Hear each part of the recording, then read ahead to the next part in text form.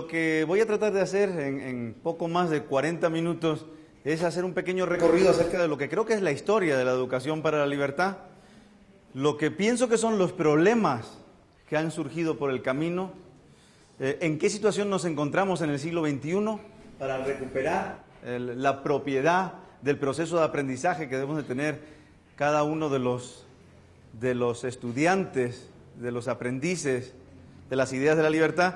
Y por último, contarles un poco qué hace la UFM, qué hace la Universidad Francisco Marroquín para tratar de aprovechar las circunstancias y para tratar de conseguir que, a pesar de todas las barreras que existen, podamos tener un entorno y un ejemplo, un modelo de educación para la libertad.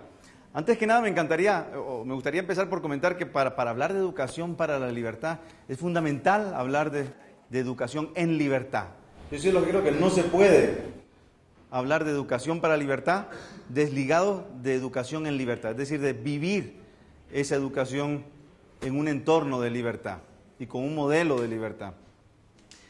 Si nos remontamos en el tiempo y tratamos de buscar los primeros modelos educativos consolidados en los que vemos que surge una serie de ideas de la libertad y además en un entorno, en un marco de cierta libertad, creo que tendríamos que irnos al siglo XVI sobre todo, al siglo XVI y XVII. Las primeras universidades europeas se crean en el siglo XIII, van desarrollándose y la consolidación de ese modelo universitario se produce en torno a finales del siglo XV y sobre todo en el siglo XVI. Entonces tenemos ya digo, en el siglo XVI una serie de universidades. Hay dos que creo que de forma muy notable pasan a ser un ejemplo, que luego, como les voy a contar, va siendo replicado en toda Hispanoamérica, en toda Iberoamérica. Esos dos modelos son la Universidad de Salamanca y la Universidad de Alcalá de Henares. Y vamos a ver cómo en esas universidades, con un modelo muy interesante, muy novedoso en su día, se van desarrollando todas unas ideas que enlazan con la filosofía de la libertad.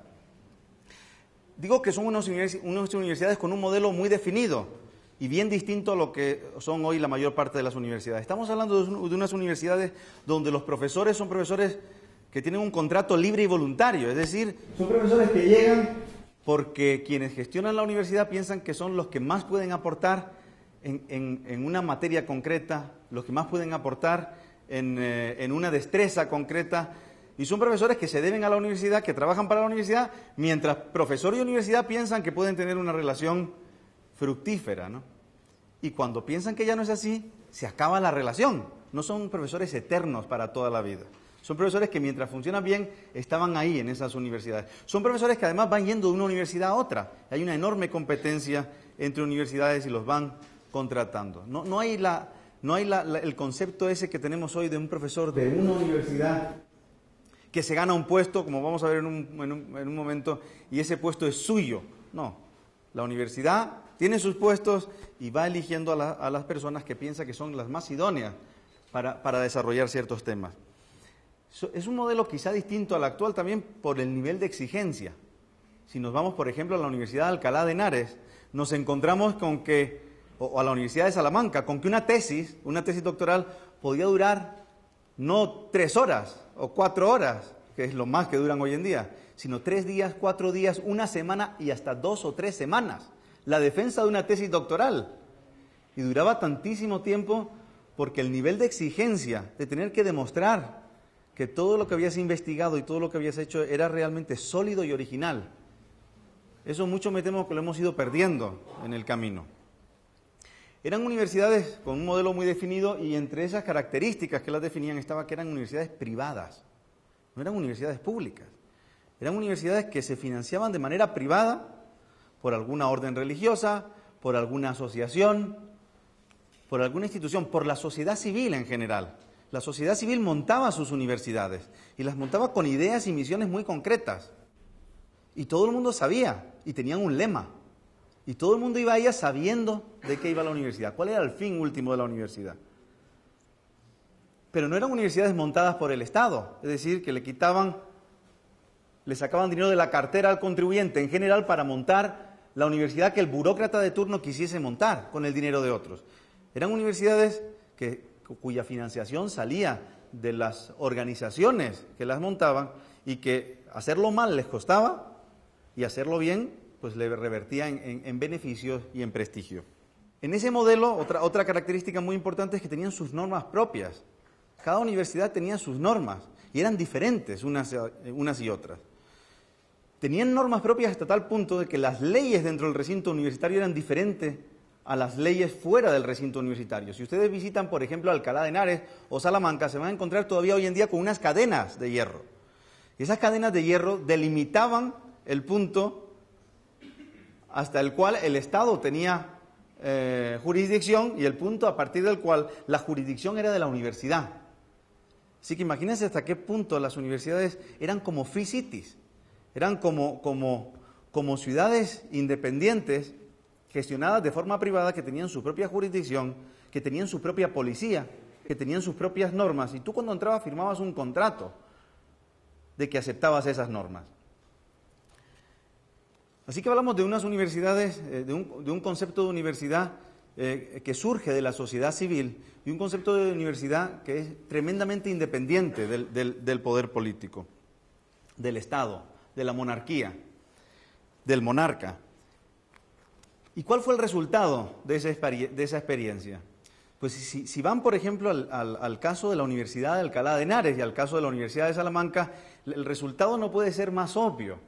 Ese marco de libertad contractual, de que cada uno desarrolla un modelo y quienes quieren vienen a estudiar contigo, pero no tienen por qué copiarse todos el mismo modelo, ni un profesor se queda para toda la vida, ni son financiadas por este o aquel político, sino este modelo universitario del que le estoy hablando, lo que va generando precisamente es un debate o una vivencia de las ideas fundamentales de la libertad, de la propiedad privada, del contrato, de las relaciones contractuales.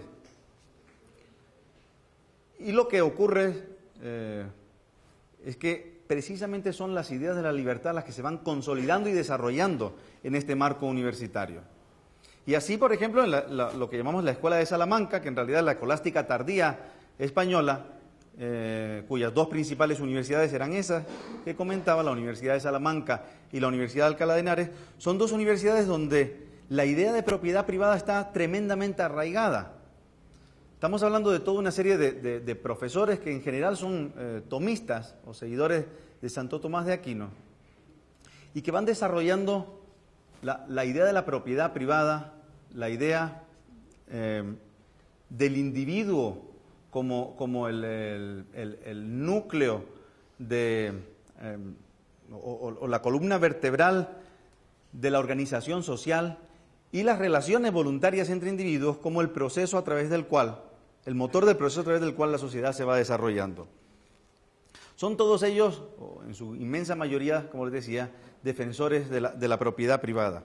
Pero además son defensores de que todos los individuos, sin distinción de sexo, raza, preferencia política, tienen exactamente los mismos derechos a la propiedad privada, o los mismos derechos derivados de la propiedad privada. Y así es como resultó que fueron estos profesores de estas universidades los que se empeñan en lidiar una batalla contra el poder real y contra el Estado acerca de los mismos derechos de los indígenas en América.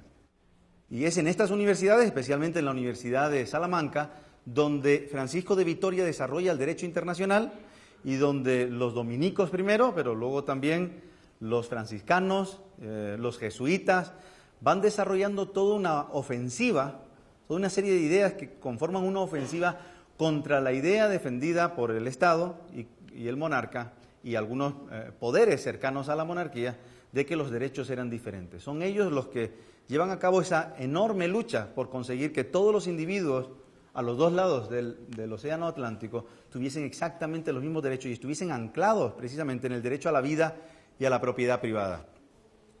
Además, el descubrimiento de América, que les afecta enormemente y que es el eje de sus discusiones, les hace pensar muchísimo sobre el comercio, sobre la importancia del comercio, y se vuelven auténticos expertos en teoría comercial. Y a la conclusión a la que llegan es que el comercio es lo que hace florecer a las sociedades y que allí donde hay trabas al comercio, las sociedades se marchitan, mueren. Estamos hablando de autores que para poder dilucidar cuestiones morales, tienen que entender, se dan cuenta que tienen que entender de economía, tienen que entender en qué consiste esta digamos, globalización que empieza a ocurrir en aquel momento y que tiene una enorme trascendencia social y económica. Y estudiando economía se plantean cuestiones como, o estudiando la expansión hacia América, se plantean cuestiones: ¿cuál es el precio justo? ¿Cuál es el precio justo que hay que pagar por un servicio a una persona? ¿Cuál es el precio justo que hay que pagar por un producto? ¿Cuál es el precio justo de una relación laboral? En la línea de las ideas que defendían, van llegando poco a poco a la convicción de que el único precio justo posible es el precio de mercado, el precio libre de mercado. Y así es como los autores de la Escuela de Salamanca van defendiendo lo que hoy llamamos el libre mercado. Y por eso, por lo que Schumpeter, muchos años más tarde o muchos siglos más tarde, llega a la conclusión de que son los autores de la Escuela de Salamanca y los profesores de la Escuela de Salamanca y de Alcalá de Henares los primeros defensores del libre mercado. Estos autores llegan tan lejos en este tipo de reflexiones y en esta línea discursiva que le empiezan a plantar cara al poder político en cuestiones tan trascendentales para el poder político como son los impuestos y la inflación. Y empiezan a protestar y empiezan a utilizar las universidades y las cátedras universitarias como el lugar en el cual organizar, digamos, la contraofensiva en contra de los impuestos, o de los impuestos, como ellos decían, los impuestos no aceptados por el pueblo, es decir, aquellos impuestos que no respetaban los fueros, aquellos impuestos que no eran sometidos a consideración de los pueblos, de las localidades, y especialmente, muy especialmente, lanzan una ofensiva en contra de la inflación. ¿Por qué la inflación? Pues porque la inflación era un impuesto escondido, un impuesto disimulado, un impuesto indiscriminado, a través del cual el monarca, el Estado, conseguía detraer recursos de la ciudadanía, en otras palabras, robarles o robar masivamente a la ciudadanía para financiar sus proyectos que no habían sido o no habían querido ser realizados por el pueblo, porque de otro modo lo hubiese realizado voluntariamente, ¿no? Pero quizá el caso más claro en el que podemos ver cómo este modelo universitario llevó al desarrollo de un ideario liberal y a la defensa de unas ideas liberales es el caso del tiranicidio. La independencia de estas universidades, la independencia de estos profesores era tal que llegaron a defender el tiranicidio, es decir, que cuando el rey no respetaba los derechos de los ciudadanos, los derechos de los individuos tenían derecho a matar no al rey, sino al rey que se había convertido en tirano. Y esto no lo hacían en reuniones a escondidas, en pasquines secretos, como supongo que habría que hacerlo hoy prácticamente si alguien defendiese una teoría como esa, o como habría, y si no hoy, al menos como tendrían que haber hecho durante siglos, antes y después de la Escuela de Salamanca, si alguien hubiese defendido una teoría similar. Sino que lo hacen en las universidades, lo hacen en las principales cátedras de las mejores universidades de Europa. Defienden que el poder último recae en el individuo y que lo que hay es una cesión temporal de los individuos hacia el monarca o hacia el gobernante de una serie no de cualidades, sino de competencias que puede llevar a realizar con ciertos límites. Y esos límites son lo que hoy llamaríamos el constitucionalismo, que garantiza pues las libertades individuales mínimas, ¿no? Juan de Mariana llega al caso. Juan de Mariana es uno de estos autores escolásticos, quizá el que termina englobando o el que mejor termina representando todas estas ideas. Es profesor primero de Alcalá de Henares, luego es profesor en Sicilia.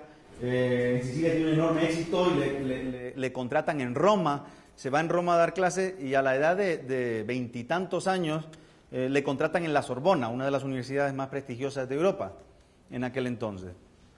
Entonces se va a la Sorbona y cuentan que sus clases en las que hablaba, entre otras cosas, del tiranicidio. Ahora les comento de qué modo hablaba del tiranicidio Juan de Mariana.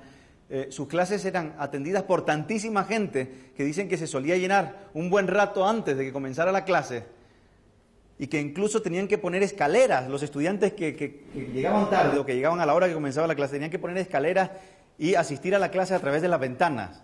Así que imagínense qué éxito el de Juan de Mariana, ¿no? Bueno, Juan de Mariana en esas clases, Juan de Mariana asiste a la matanza de San Bartolomé viviendo en París. Y es testigo de cómo miles y miles de personas mueren, miles y miles de hugonotes mueren a manos de otros franceses, de católicos en este caso, por lo que empiezan a hacer las guerras de religiones en ese momento, ¿no?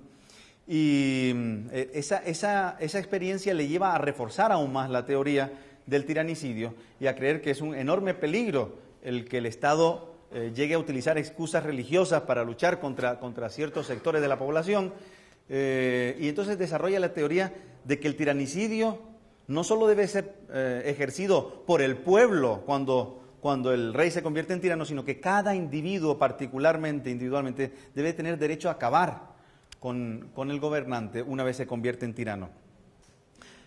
Esto no se lo estoy contando para decirles, tendríamos que defender el matar al gobernante si el gobernante pone impuestos sin el consentimiento, sino lo estoy comentando para que se hagan una idea hasta qué punto aquel modelo universitario llevó a una situación en la que en la universidad se era totalmente independiente y totalmente libre, y que el poder político no podía hacer nada. Ya que yo hubiese querido el poder político entrar en las universidades y decir, no, mira, perdonen, pero el temario oficial acreditado es este.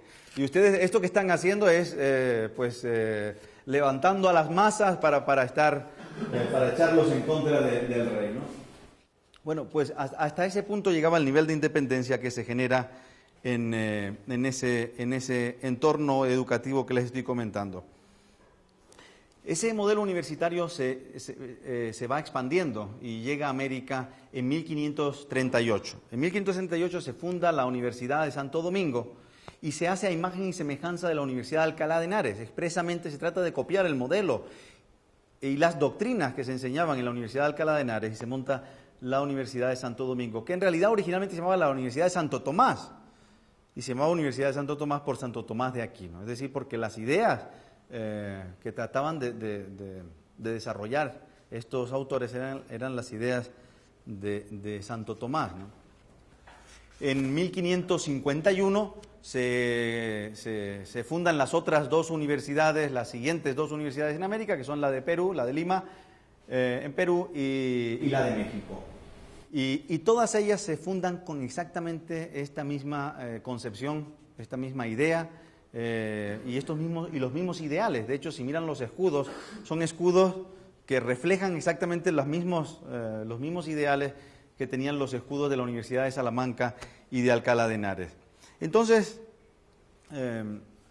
cierro este recorrido por el primer modelo histórico de universidad, o por el primer modelo de universidades en libertad, con una mención a Francisco Marroquín. Francisco Marroquín es el primer obispo ordenado en América, y desde muy pronto era una persona que además curiosamente se viene a América y tenía una gran relación.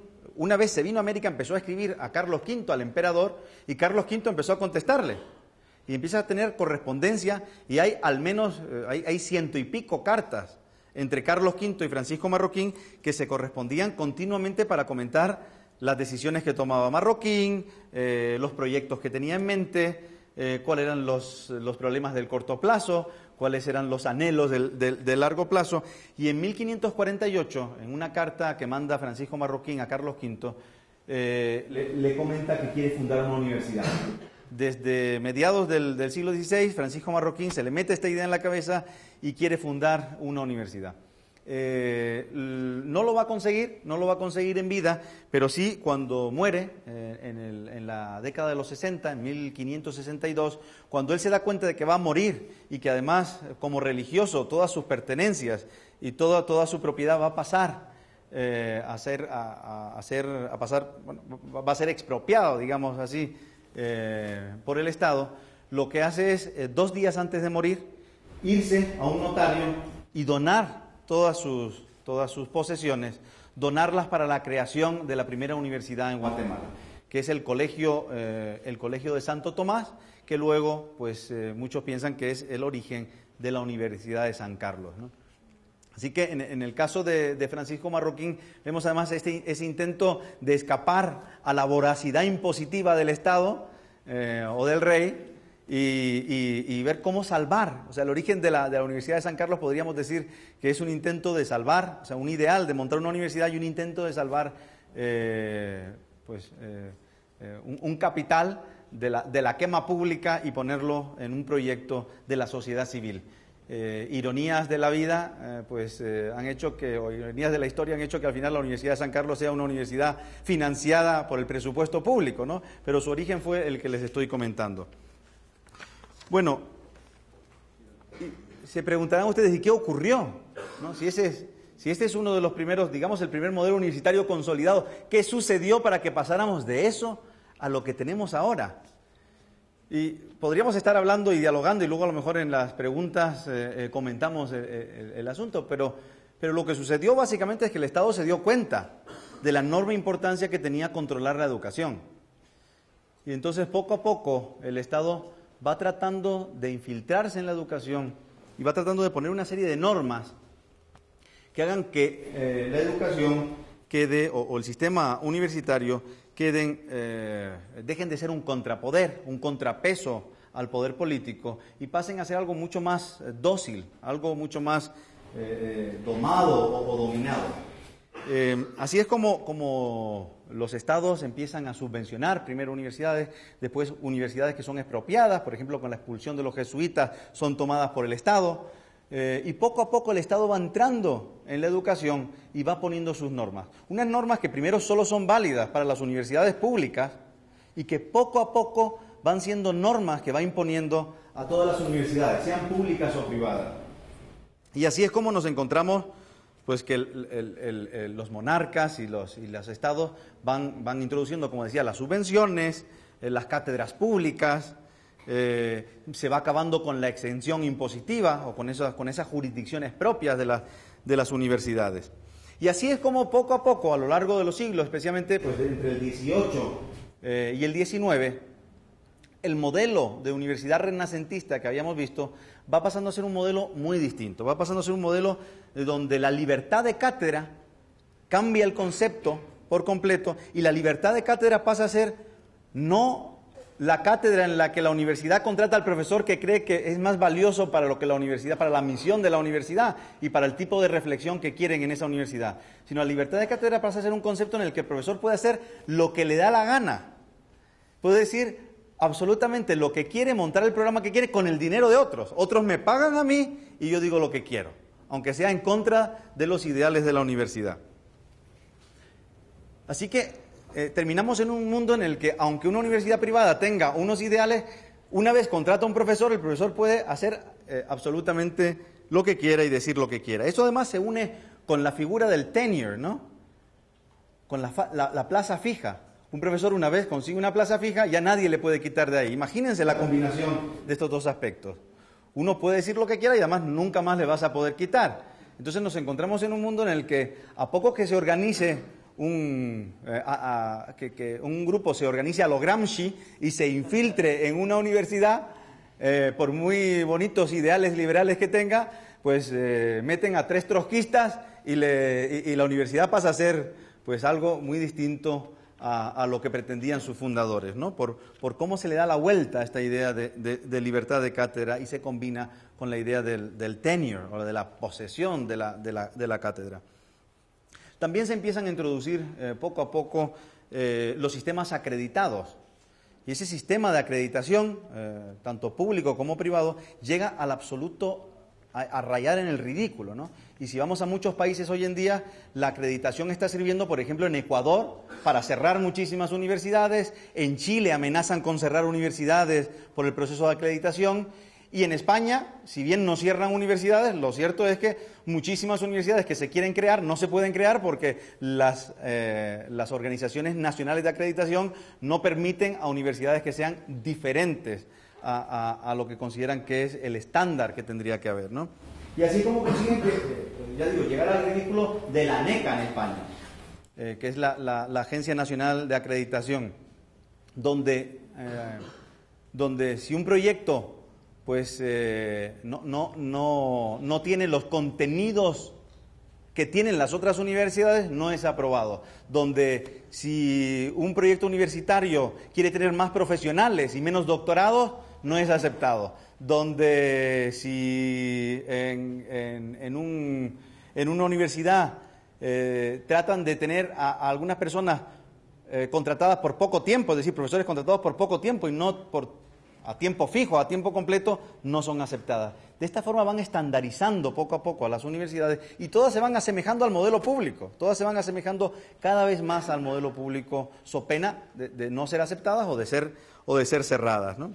Además, se van introduciendo también en los colegios y en las universidades los test estandarizados como prueba de calidad, que luego las agencias de acreditación van a aceptar o no. En vez de ser mucho más flexibles y aceptar, como ocurría en las universidades renacentistas, que la prueba, es decir, que los trabajos que tú puedas realizar, las pruebas o las demostraciones prácticas de lo que has sabido adquirir, valen tanto como un test estandarizado o mucho más, ¿no? Pero esa es la tendencia a la que se sigue. La independencia financiera de las universidades va muriendo también, porque se empieza a creer o se empieza a difundir la idea de que aquellas universidades pagadas con dinero del contribuyente son más independientes que las que no son pagadas con dinero del contribuyente. De tal modo que se empieza incluso a puntuar menos, y así se hace hoy en día, y si hay algún profesor por aquí lo sabrá muy bien, se empieza a puntuar menos aquellos proyectos de investigación que son pagados con dinero privado y voluntario que aquellos proyectos de investigación que se pagan con dinero de los impuestos. Es decir, si le quitas dinero a los demás y contra su voluntad financias tu proyecto, tienes, digamos, 10 puntos. Si consigues que alguien voluntariamente te financie tu proyecto, tienes 1 o 2 puntos. Ese es el ridículo al que hemos llegado, ¿no? Pero es esa tendencia a tratar de que todo se pareciera al modelo de la universidad estatal, al modelo de la universidad pública, intervenida y controlada por el Estado. Claro, no es casualidad que a lo largo de los siglos XVIII y XIX, ese modelo cuyo predecesor había dado lugar a las ideas de la libertad, pues este nuevo modelo vaya dando lugar a ideas muy diferentes. Y es en este entorno en el que surgen las ideas de la justificación del engrandecimiento del Estado. Es en este nuevo modelo donde surgen las ideas en el campo económico de los bienes públicos, de los fallos del mercado, de mil y una justificaciones de por qué el mercado falla y entonces el Estado tiene que intervenir, de mil y una justificaciones políticas de por qué la iniciativa privada y la sociedad civil no van a querer o no van a poder llevar a cabo los proyectos que ayuden a desarrollar a la sociedad, y entonces va a tener que ser el Estado el que entre en esos nuevos sectores y se vaya expandiendo poco a poco. De tal modo que prácticamente o casi llega a desaparecer el modelo de universidad independiente, el modelo de universidad, desde luego desaparece el modelo de universidad independiente tal y como se había conocido. La universidad que tiene su propia jurisdicción, la universidad que tiene su propia policía, la universidad donde si la policía quiere entrar dentro, primero tiene que conseguir el permiso del consejo rector o del propio rector, la universidad donde se contrata voluntariamente, el contrato entre profesorado e institución son voluntarios, todo eso va desapareciendo y por supuesto las ideas a las que dieron lugar el primer tipo de universidad van diluyéndose o van perdiendo fuerza y van tomando fuerza esas otras ideas, puesto que el nuevo modelo estaba tremendamente asociado al poder político y para eso lo utilizó el poder político, no para otra cosa, sino para dar justificaciones a su engrandecimiento. Así nos encontramos más o menos hoy en día, a comienzos del siglo XXI. Esa es la encrucijada o el momento histórico en el que nos encontramos.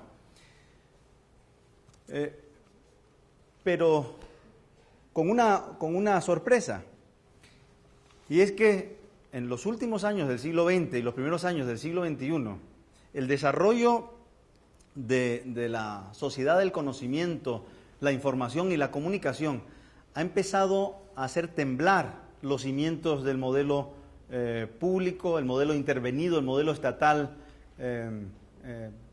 que sirve a la justificación del crecimiento del Estado. Con la información estando en todos lados y con cada una de las personas, cada uno de los individuos del mundo pudiendo agarrar su teléfono, ya no su ordenador, sino su teléfono, pudiendo acceder a mucha más información de la que ningún profesor te puede transmitir, a mucho más conocimiento del que ningún profesor te podría transmitir, ningún conjunto de profesores te podría transmitir.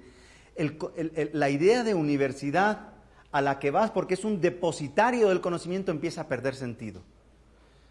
Empieza a no tener mucha lógica el que nos acerquemos, el que nos vayamos a una universidad simplemente porque ellos tengan conocimiento, porque el conocimiento está ahí, todos lo podemos acceder a él a través de nuestros dispositivos.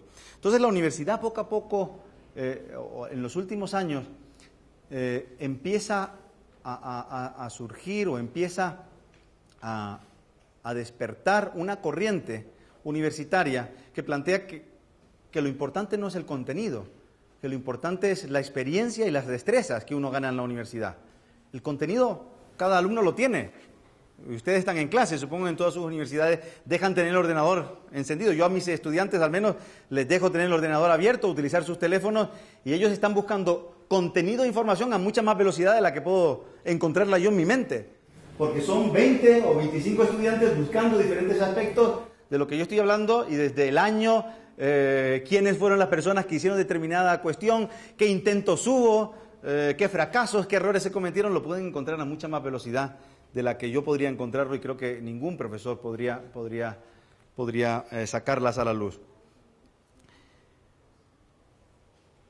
La universidad entonces está en un momento de enorme transformación debido al Internet y a la sociedad de la información y pierde sentido la idea de la universidad donde hay una persona con una cátedra para toda la vida, donde va a estar emitiendo información y vamos a tener toda una serie de receptores que van a estar durante 4, 5, 6 años haciendo nada más que eso, nada más que apuntando, aprendiendo, respondiendo a un test estandarizado y pasando al siguiente nivel, ¿no?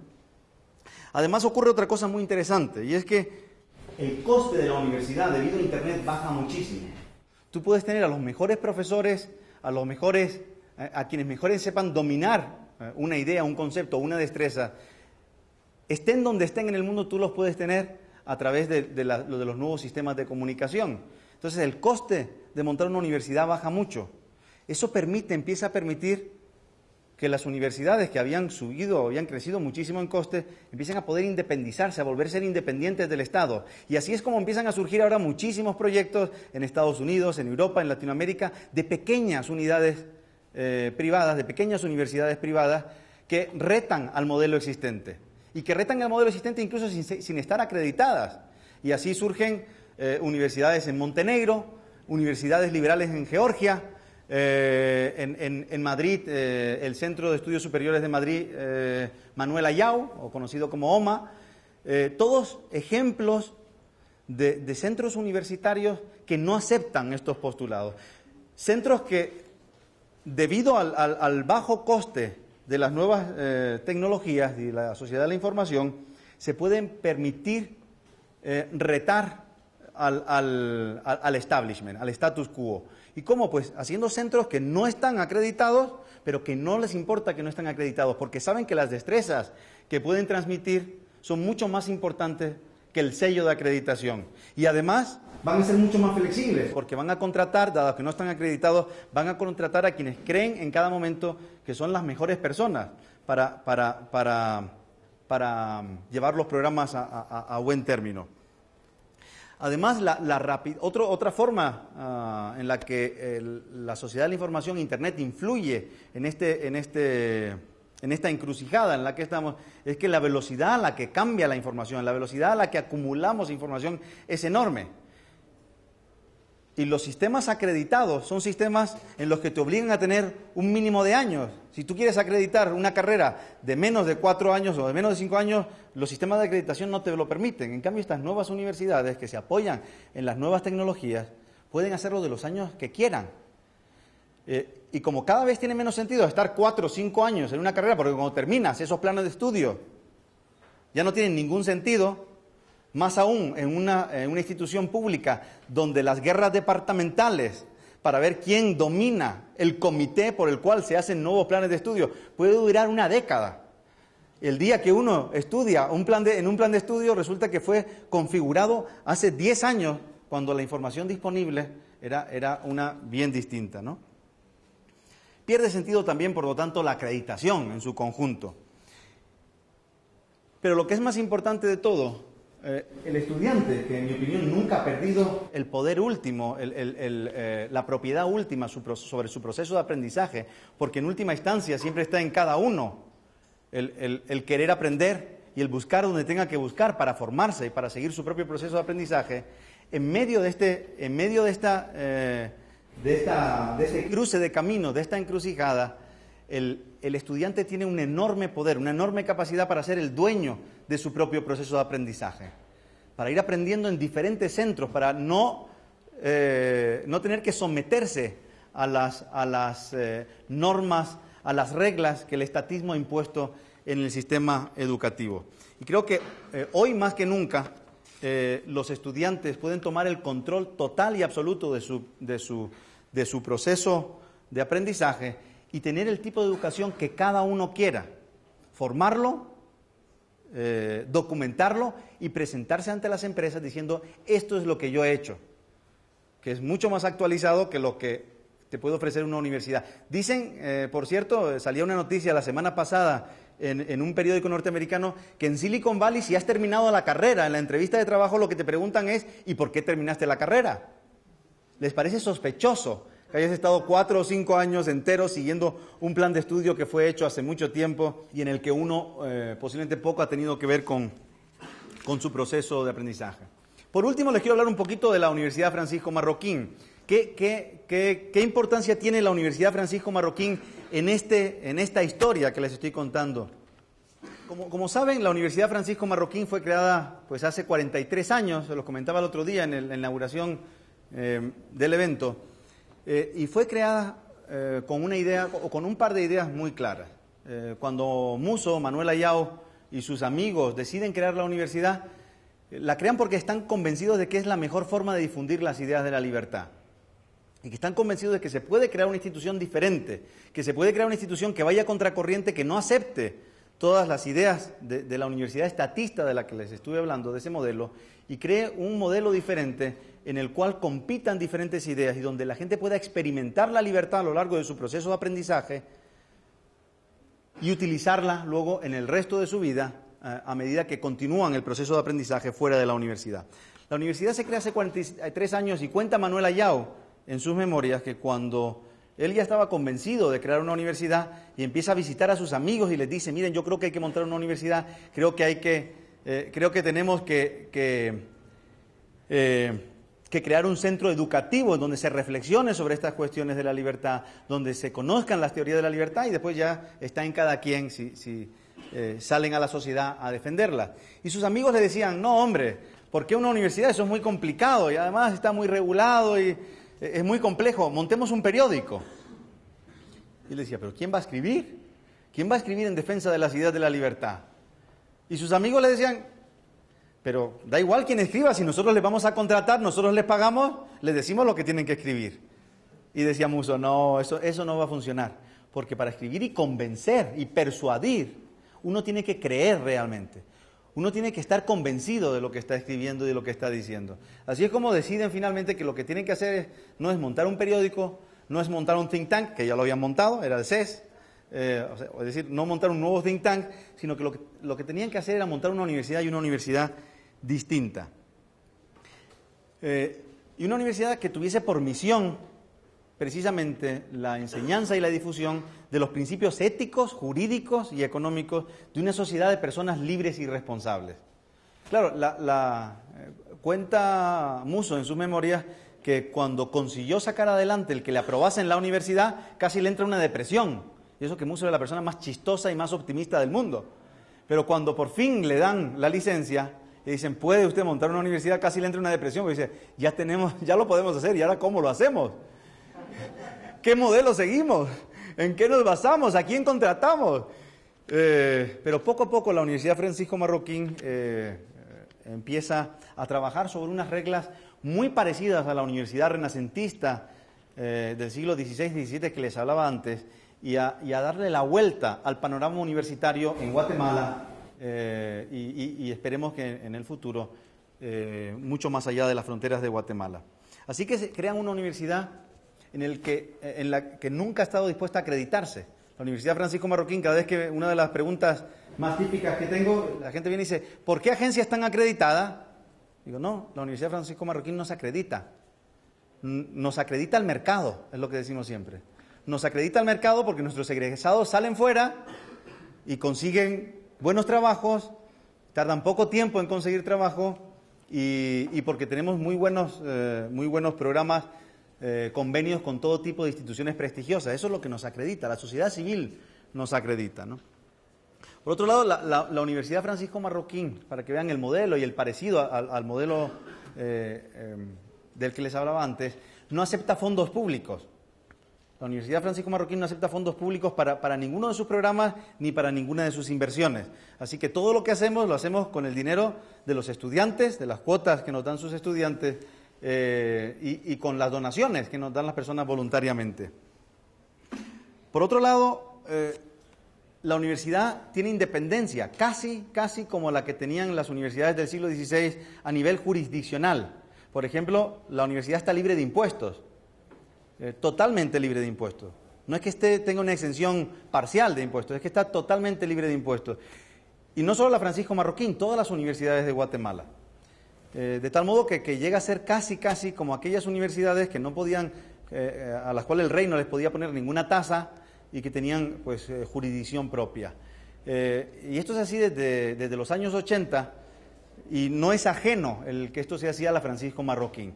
Porque en los años 80, cuando se hace la nueva Constitución de Guatemala, cuando se trabaja en la nueva Constitución de Guatemala, Manuel Ayau se empeña en defender y en convencer a mucha gente de muchas ideologías que es fundamental que las universidades sean totalmente independientes.